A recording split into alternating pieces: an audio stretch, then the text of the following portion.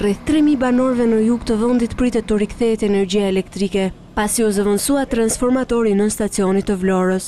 Ministri i Energjisë dhe Industrisë vuri në dukje se dëmtimet në rrjet kanë ardhur për shkak të pajisjeve të amortizuara, të cilat kërkojnë sipas tij investime të menjëhershme. Njëstinë e ftohtë nxjerr pa dhe problematikën e trashëguar të sistemit. Sistemi ka mungesë investimesh për vitet, ja për shembull ky transformator që u dogj është i viteve 70 dhe pajisjet që i lidhin ato janë të viteve 60. Do të thotë që pjesa më e madhe e rrjetit energjetik shqiptar fatkeqësisht është i kësaj moshe. Në sistemin energjetik të Vlorës parashikohet të investohen 100 milion lek. E për të shtuar investimet bën apel për pagesat e detyrimeve nga ana e konsumatorëve.